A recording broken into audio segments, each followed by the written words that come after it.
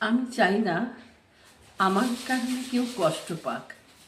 সবাইকে আগলে রাখতে চাই, বিশেষ করে যারা আমার চুপ থাকা পড়তে পারে চোখ দেখেও।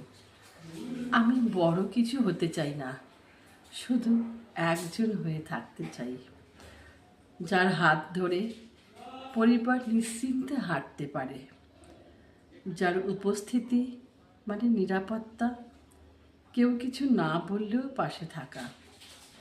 আমার স্বপ্ন খুব ছোট, সন্ধ্যাবেলায় সবাইকে একসঙ্গে দেখার মতো একটা ঘর, একটা সাধারণ জীবন যেখানে কাউকে প্রমাণ করতে হয় না, শুধু ভালোবেসে থাকা যায়। আমি জানি জীবন সবসময় মনের মতো হয় না, তবুও মন চায় কিছু মানুষ থাকুক পাশে। এই চাওয়াগুলো কেউ দেখে না, তবুও এটাই আমার সত্যি চাওয়া। এটাই আমার জীবনে সবচেয়ে বড় বাস্তবতা।